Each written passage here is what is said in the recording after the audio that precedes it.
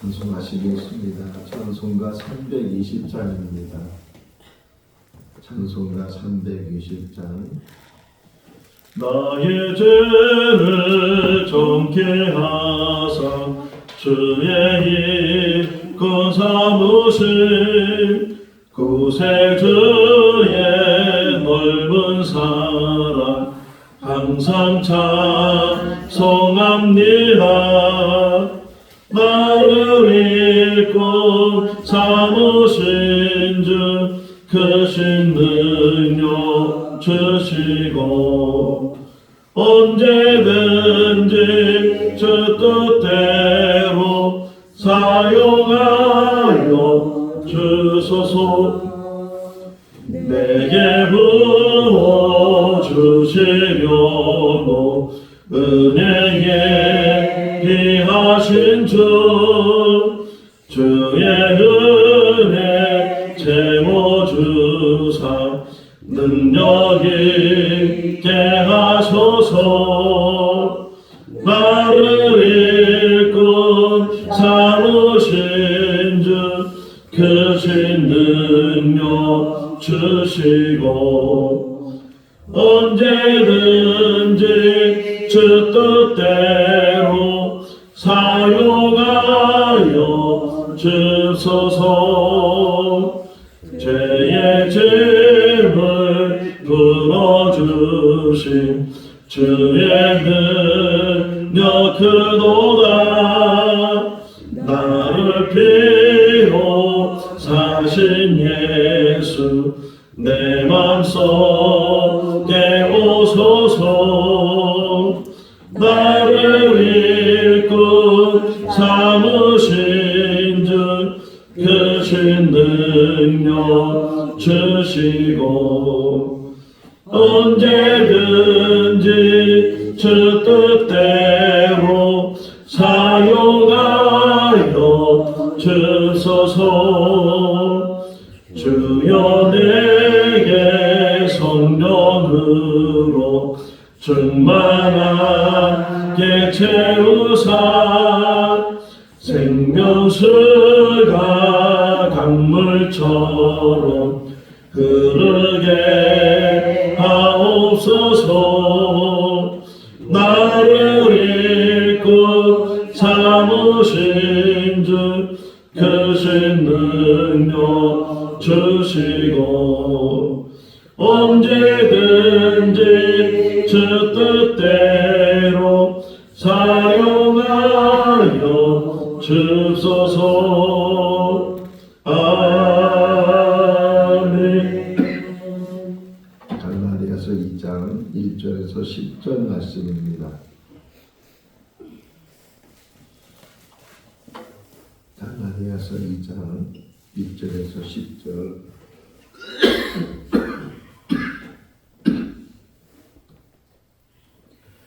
(14년) 후에 내가 바나바와 함께 디도를 데리고 다시 예루살렘에 올라갔나니 계시를 따라다가 내가 이방 가운데서 전파하는 복음을 그들에게 제시하되 유력한 자들에게 사사로이 한 것은 내가 다름질하는 것이 헛되지 않게 하려 함이라.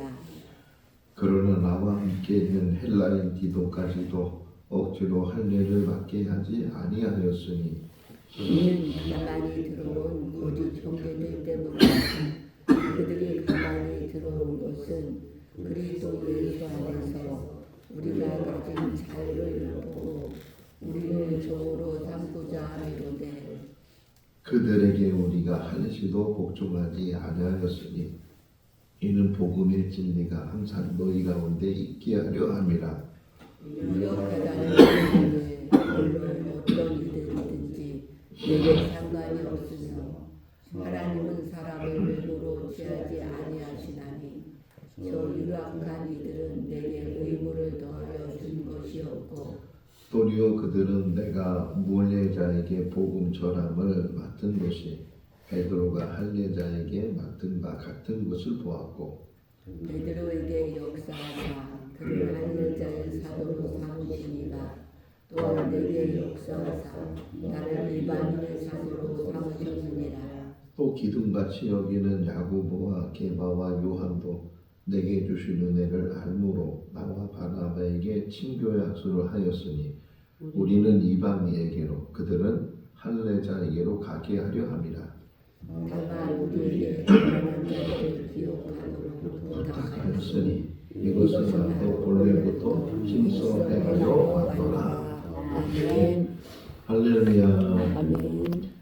이스라엘 백성들과 이세 사람들이 전쟁을 하고 있을 때 이세의 세 아들이 전쟁터에 나가게 되고 또 오랫동안 전쟁을 하게 되니까 그 아버지 이세가 아들 다윗에게 전쟁터에 가서 너희 형들이 어떻게 지내는지 알아봐라. 그러니까 아직 다윗은 성인이 되지 않았기 때문에 전쟁터에 나가지 않았다 하는 것을 우리가 생각해 볼 수 있는데 어쨌든 아버지의 심부름으로 다윗이 전쟁터에 나갔는데 그때 그 전쟁터에서 큰 소리로 한 사람의 소리가 들렸어요. 누구든지 한 사람이 나와서 나와 겨루자. 그래서 이긴 사람이 이 전쟁에서 이긴 것으로 하자. 뭐 그런 소리가 계속 들리는 거예요. 그 소리의 주인공은 골리앗이었죠. 아무도 골리앗을 상대하려고 나가지 않고 있을 때 골리앗은 기골이 장대하고 또 다 무장을 하고 어릴 때부터 전쟁터에 있었던 군인이었기 때문에 누구도 감히 나가지 못하고 있을 때 다윗이 그 소리를 듣고 내가 나가겠다고 하나님의 이름을 모욕하는 저 사람에게 내가 싸우겠다고 그렇게 말을 하게 되고 그 말이 사울 왕에게 들려지게 돼서 사울 왕이 불렀어요. 다윗을 부르는데 보니까 어린 소년인 거예요. 네가 정말 골리앗을 이길 수 있느냐? 그랬더니만 살아계신 하나님이 나와 함께 계십니다. 제가 양을 치면서 양을 잡으려고 하는 사자나 들짐승들을 제가 물리쳤습니다. 저 골리앗도 제가 이길 수 있겠습니다. 이렇게 얘기를 하니까 사울이 기특한 생각이 들어서 자기가 가지고 있는 갑옷을 다윗에게 입혀주는 거예요. 그러니까 다윗이 이제 사울이 입던 갑옷을 입으니까 사울도 역시 기골이 장대한 사람, 다른 사람보다 어깨 높이가 더 있었다 이렇게 표현하고 있으니까 등치가 큰데 다윗은 반면에 소년이니까 등치가 아직 어른의 모습으로 갖춰지지 않아서 그 사울의 그 갑옷을 입으니까 이게 너무 불편한 거예요. 거추장스럽고 제대로 걷지도 못하고 물론 자기를 방어하고 자기를 지키는 일에 있어서는 갑옷이 중요한 역할을 하지만 방어를 한다고 지키기만 한다고 이길 수 있는 것은 아니고 공격을 해야 되는데 그렇게 무거운 갑옷을 입고는 공격을 할 수도 없고 입어본 적도 없고 그것을 사용한 적도 없으니까 다윗이 하는 얘기가 이것은 저에게 맞지가 않습니다. 그렇게 얘기를 하고 그 사울의 갑옷을 벗고 그냥 자기 본 모습대로 이제 전쟁터에 나가는데 물가에 돌 5개를 주워서 나가서 결국은 다윗이 골리앗을 이기게 됐다. 너무 길었죠? 어쨌든 어릴 때부터 많이 들었던 이야기인데 뭘 얘기하고 싶으냐면 아무리 사울의 갑옷이 좋고 또 그것이 전쟁터에 유용하게 사용한다 할지라도 다윗에게는 맞지 않는다는 거예요. 그러니까 각자에게 주어진 환경과 여건이 있는데 그것을 다른 모습으로 갖추려고 하면 그것이 자기에게 맞지 않는다. 항상 자기에게 맞는 것이 있어요. 아무리 좋은 것도 맞지 않는 것은 거추장스러운 것이고 불편한 것이고 예를 들면 질문을 해볼게요. 만약에 다윗이 그 사울의 갑옷을 입고 전쟁터에 나가서 골리앗과 싸웠으면 다윗이 이겼을까요? 졌을까요? 당연하죠. 그것은 너무 거추장스러운 것이고 그 보세요. 싸울 때 다윗이 잽싸게 돌아다니면서 그냥 그 골리앗을 현혹하고 그러면서 물매를 탁 던졌을 때 한 번에 그냥 골리앗 이마에 돌을 맞췄던 그런 다윗의 모습을 보면 그것을 잊고서는 도저히 그 일을 할 수가 없다는 게, 아무리 좋은 것도 자기에 맞지 않으면 오히려 그것이 불필요한 것이고 그것이 오히려 방해물이고 장애가 되는 것이다. 다르다는 거예요. 다르다. 지금 여기 오늘 본문이 그 얘기를 해주고 있어요. 자, 우리가 성경을 보면 사도행전이라는 게 있죠. 사도행전. 왜 이름을 사도행전이라고 줬을까요? 그러면 사도들의 이야기라면 예수님에게 몇 명의 사도가 제자가 있었어요? 12명이잖아요. 물론 가룟 유다 대신에 마띠아가 들어갔지만, 그러면 사도행전 그러면 그 12명의 제자, 12명의 사도에 대한 이야기가 쭉 기록이 되어 있어야 되잖아요. 그런데 베드로 이야기는 10장까지 기록됐는데 그 외에 다른 사도 이야기는 잘 기록이 안 돼 있어요. 물론 야고보가 순교한 거 뭐 이런 이야기는 잠깐 나오지만 다른 사도들의 이야기는 기록되지 않고 오히려 사도가 아닌 사도 바울에 대한 이야기가 절반 이상, 물론 그 사도행전을 쓴 사람이 누가이기 때문에 바울에 대한 이야기를 많이 썼지만, 그러면 제목을 그렇게 사도행전이라고 말하면 안 되잖아요. 그런데 이제 여러 가지 의미를 가지고 이제 사도행전이라는 말을 썼는데, 물론 모든 사도의 이야기를 쓰면 좋겠지만 대표적으로 베드로와 그리고 바울도 실제적으로는 예수님의 제자가 아니었지만 그러나 하나님의 부르심을 받고 다메섹에서 예수를 만나서 그가 이제 하나님의 사람으로, 복음을 전하는 사람으로 세움을 받게 됐을 때 그 역시도 사도다. 근데 그 역시도 사도라고 말했을 때 오늘 본문에도 나오지만 대표적인 거예요. 베드로는 유대인들에게, 할례 받은 사람들에게 복음을 전하는 사도라면, 반면에 바울은 무할례자들, 흔히 말하는 이방인들에게 복음을 전하는 사도다. 이 두 가지 대표적인 거예요. 그러니까 그 예수님의 부르심을 받지, 직접 부르심을 받지 않았다고 해서 사도가 아니다 이렇게 말할 수 없고, 하나님의 뜻 가운데, 여기 하나님의 뜻이라는 말이 또 나오는데, 하나님의 뜻 가운데 베드로는 예수님의 부르심을 받아서 사도가 돼서 할례자들에게, 유대인에게 복음을 전하는 그러한 일꾼이었다면, 바울은 무할례자들, 헬라인들, 특별히 헬라인들. 그래서 어떤 면에서는 베드로는 헬라어가 유창하지 않았을 거예요. 아람어를 썼기 때문에 뭐 특별히 헬라어를 배울 기회와 어떤 학교를 다닐 만한 그런 여력이 안 됐기 때문에 헬라어를 많이 사용하지 못하고, 혹이나 통역자를 데리고 다니면서 헬라 사람들에게 복음을 전할 수는 있지만, 이 베드로에게 그 표현한 것은 이 유대인들에게 말이 통하고 이게 복음을 전할 수 있는 도구가 아람어이기 때문에, 히브리어이기 때문에 충분히 베드로는 그 자기 사람들에게 복음을 전할 수 있고, 반면에 바울은 헬라어에 능통한 사람이에요.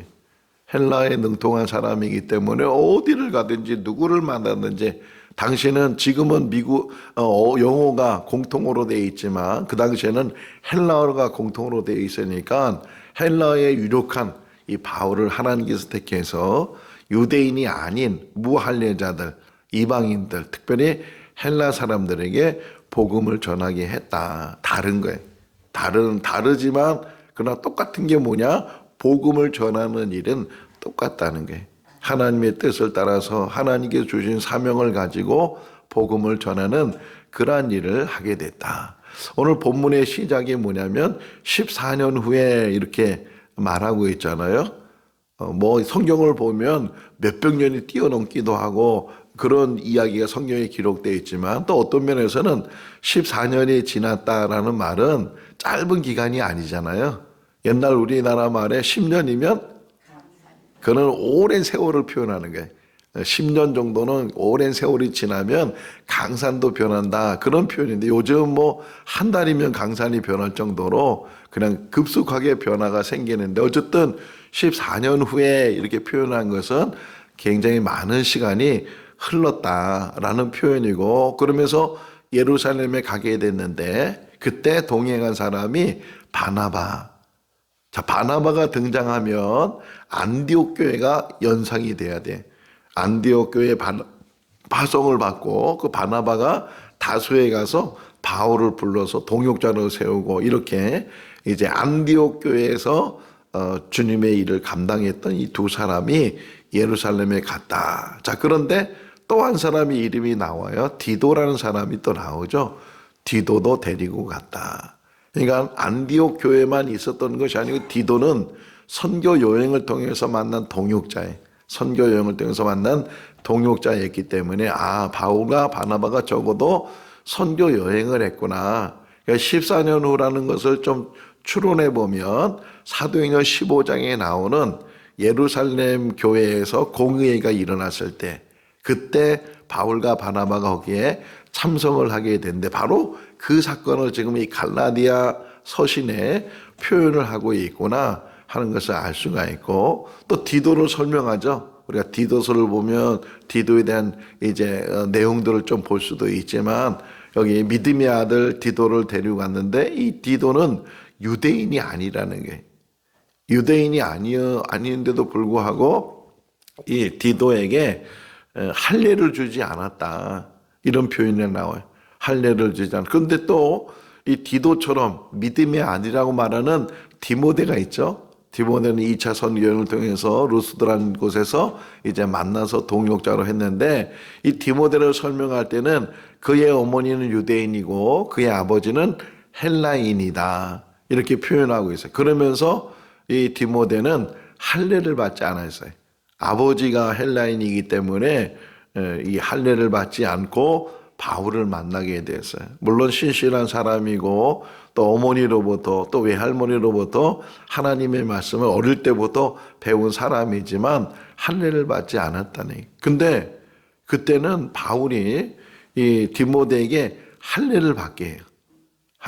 왜냐하면 복음을 전하는데 이제 전도 여행을 다니면서 그가 이제 대부분 회당을 찾아가잖아요. 처음에는 유대인을 만난다고요. 물론 이방인의 사도로 부르심을 받았지만 이방인들에만 복음을 전하는 것이 아니고 이방인이든 아니면 유대인이든 뭐 자유자든 종이든 누구 상관없이 누구든지 복음을 들어야 되고 믿어야 되니까.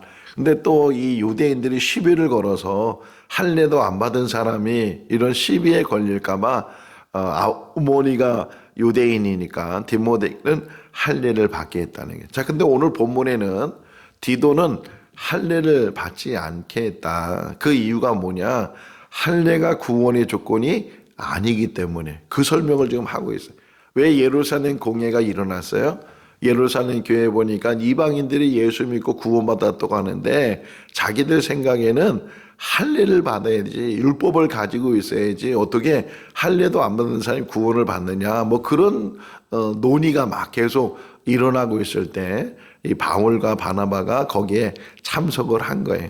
그래서 이제 여러 막 계속 사도행전 15장을 보게 되면 토론을 그냥 오랫동안 막 이러니 저러니 자기 주장을 내세우고 그렇게 하고 났을 때 이 베드로가 또 오늘 본문에 나오는 기둥같이 여기는 야고보가 이제 결론을 맺게 되죠. 이방인들, 헬라인도 구원을 받는다.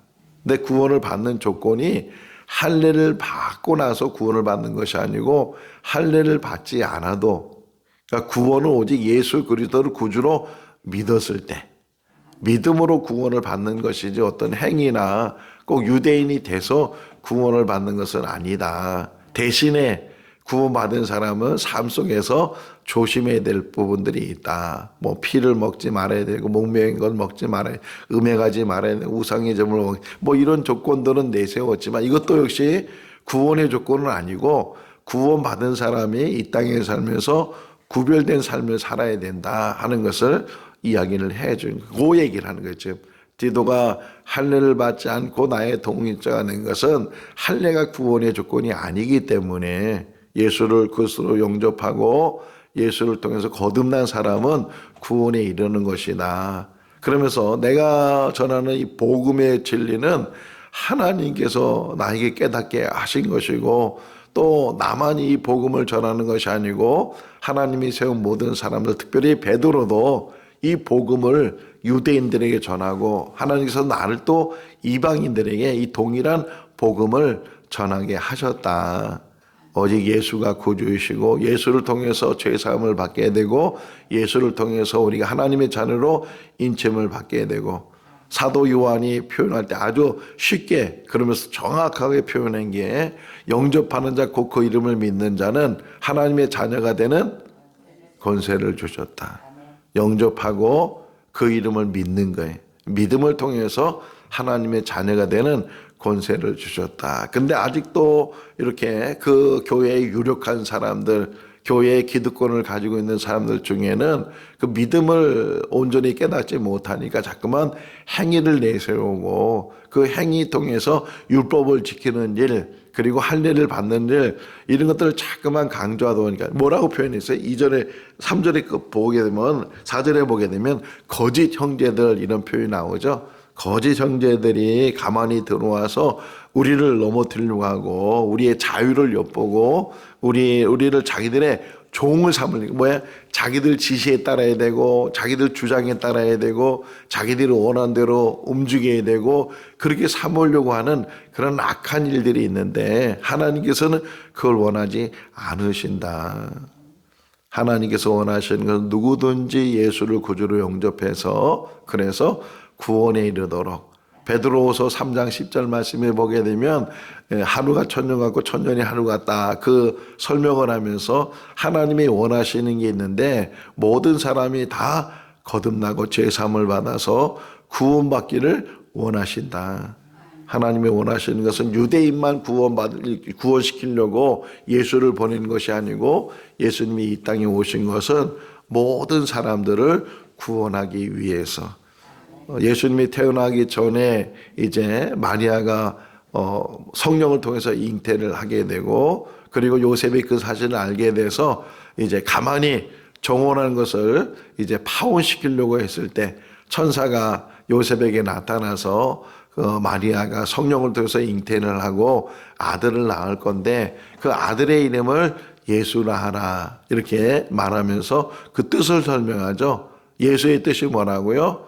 저가 자기 백성을 저들의 죄에서 구원할 자이심이라. 자기 백성이라는 것은 유대인만 속하는 것이 아니고 모든 사람 중에서 자기 백성이에요.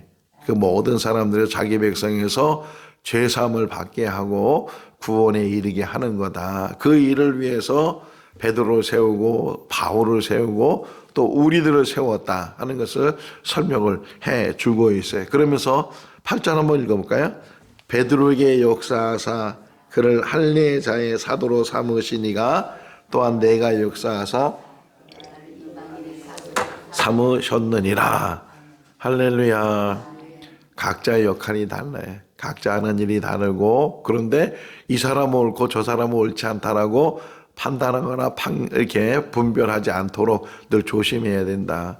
고린도전서 12장을 보게 되면 은사에 대한 이야기가 나오잖아요.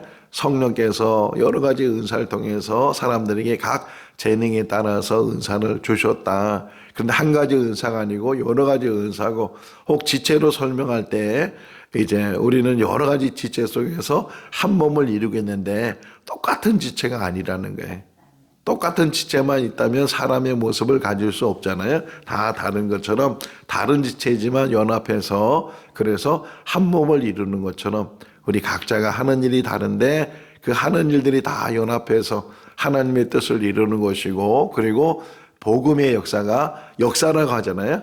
역사하셨고 베드로에게 역사하셨고 또 나에게도 역사했다. 베드로를 통해서는 유대인들에게 나를 통해서는 이방인들에게 역사하셔서 지금도 구원에 이르게 하시는 그런 역사가 일어나고 있다 하는 것을 우리에게 설명을 해주고 있어요. 그리고 9절에 보게 되면 서로 인정해 주는 거죠. 베드로도 야고보도 또 요한도 그의 여러 사람들도 친교의 약속을 나누면서 같이 교제를 하고 서로 인정을 해주고 서로 이제 격려를 해주고 서로 간에 맡겨진 사역들을 감당할 수 있도록 그렇게 귀한 사역을 주셨다. 마지막 10절 말씀에 보면 그리고 또 하나 교회의 역할, 또 우리의 역할이 뭐냐?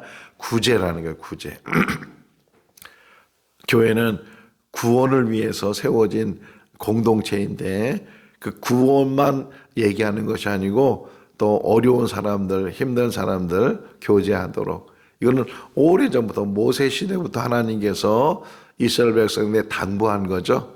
너희가 가나안 땅에 들어가게 되면 추수를 할 때 다 베지 말고 이삭을 떨어뜨려 놔라. 모퉁이는 좀 당겨둬서 가난한 사람들 그리고 길 가는 나그네들 그런 자들이 먹을 수 있도록 너희가 과수를 심어서 열매를 딸 때도 다 따지 말고 좀 열매를 남겨두면 또 어려운 사람들이 와서 그것을 딸 수 있도록 그것을 먹을 수 있도록 또 나그네가 지나가다가 그것을 먹을 수 있도록 초대교회가 세워지면서 또 구제 때문에 또 문제가 생겼죠. 사도행전 6장을 보게 되면 그 구제하면서 누구는 많이 주고 누구는 적게 주냐 이게 또 시비가 되고 원망이 되고 불평이 돼가지고 그래서 그것 때문에 또 이렇게 막 교회 안에 어려움이 생기게 되고 그것 때문에 또 7 지사를 세우고 그런 이야기들을 쭉 보면서 이 가난한 사람, 어려운 사람을 도와준다는 것이 쉬우면서도 또 어렵게 되고 누구는 도와주고 누구는 안 도와주냐, 누굴 도와줘야 된다. 또 이런 것 때문에 서로 의견이 나누고 또 주장하는 것들이 또 생겨서 또 거기에 문제가 생길 수도 있고 참 하나님의 일을 하면서 늘 조심하지 않으면 항상 방해하는 일들 또 그것 때문에 원망과 불평이 일어나는 일이 있다. 자, 어쨌든 10절 말씀을 보게 되면 사도들이 바울에게 구제하는 일도 힘써라 이렇게 얘기했을 때 바울이 뭐라고 얘기해요? 나도 오래전부터 생각하고 실천했던 일이다 이렇게 이야기를 하고 있어요. 우리 교회가 어렵고 힘들지만 이번 성탄절 때 이제 서로 이제 십시일반 조금씩 모아서 그래서 쌀을 마련하고 사랑을 나누려고 하는데 그게 많고 적음이 중요한 것이 아니고 뭐 하나가 되든 10개가 되든 몇 개가 되든 그것을 통해서 다 도와줄 수는 없잖아요. 진천에 있는 가난한 사람들, 어려운 사람들을 다 확인해서 그들을 도와주려면 도와줄 수도 없는데 정말 우리가 할 수 있는 대로 우리 주변에 있는 사람들 또 우리 교회 안에서 어렵게 생활하시는 분들 혹 있다면 그들에게도 사랑을 나누고 안팎으로 정말 사랑을 나누는 그런 일들을 하면 좋겠다 생각이 되고 오늘 새벽에 일어나서 잠깐 인터넷을 봤는데 그때 이제 정읍에 있는 어느 교회가 이 연말에 대해서 도와주는 일을 하는데 어떻게 되냐 이 가정을 세웠어요. 가정을 어떤 가정 참 그것도 의미가 있겠다 하는 생각이 드는데 153가정 153 하면 뭐가 생각이 나요? 물고기 153마리가 생각나는데 153 가정을 이제 도와주는 거로 해서 우선은 김장김치를 이제 많이 만들어서 통으로 막 수북히 싸놨다. 사진을 보니까 수북히 싸놓고 그 김장김치를 이제 나눠주고 또는 이제 연탄을 또 몇 가정 정해서 연탄 난로를 하거나 연탄 보일러 하거나 이런 가정에 연탄을 나눠주고 그리고 또 몇 가정은 기름 경유를 떼고 뭐 이런 데에는 기름을 해서 1,000몇백만 원을 가지고 이제 사랑을 나눴다. 근데 보니까 큰 교회는 아닌데 그럼에도 불구하고 그런 사랑의 실천 그 사진이 하나 나온 거 참 마음에 들었는데 그게 뭐냐면 성도들이 교회 안에서 김장하는 모습 막 배추에다가 속을 넣는 그런 사진이 나오는데 여자들이잖아요. 여자들이 이렇게 줄 서서 그걸 만드는데 그 얼굴이 눈에 딱 보였어요. 얼굴들이 뭐 자세히 이렇게 나오진 않지만 크게 찍어서 쭉 나왔는데 제가 볼 때는요 천사의 얼굴이야. 천사의 얼굴. 누굴 도와줄 때 얼마나 기쁘겠어요. 우리가 만드는 이 김치를 통해서 어려운 사람들이 나눌 수 있다는 것 이게 하나님이 원하시고 하나님 기뻐하시는 일이다. 복음을 위해서 목숨 걸어야 되고 이 복음이 변질되지 않도록 늘 붙들고 있어야 되고, 더 나아가서는 우리도 어렵지만 어려운 사람들에게 사랑을 나누고, 또 적지만 그 적은 것을 나눌 수 있는 그런 사랑의 실천이 우리 가운데 있다면, 하나님이 고넬료를 보세요. 고넬료가 기도할 때 천사가 나타나서 고넬료에게 하는 말이, 하나님께서 너의 기도와 구제를 기억하신다. 오늘 이 새벽에도 하나님께서 우리에게 은혜를 베풀어 주시고, 마음의 넉넉함을 더하여 주시고, 복음의 진리 안에 굳건히 서서, 우리 각자에게 주어진 사명이 다 다르지만 그 다른 사명 안에서도 오직 복음의 역사를 이루 나가는 그런 삶을 살고, 또 우리 교회가 사랑을 실천하는, 이웃을 섬기고 민족을 섬기고 또 세계 선교를 감당하는 그런 교회가 될 수 있기를 주님의 이름으로 축원합니다. 기도하겠습니다. 사랑이 많으신 하나님 아버지, 우리를 주의 일꾼 삼아주시고 또 이 땅에 귀한 사명자로 살 수 있도록 은혜를 베풀어 주신 것 감사합니다. 우린 가진 것도 없습니다. 배운 것도 없습니다. 잘하는 것도 없습니다. 다만 복음 안에 있기를 원합니다.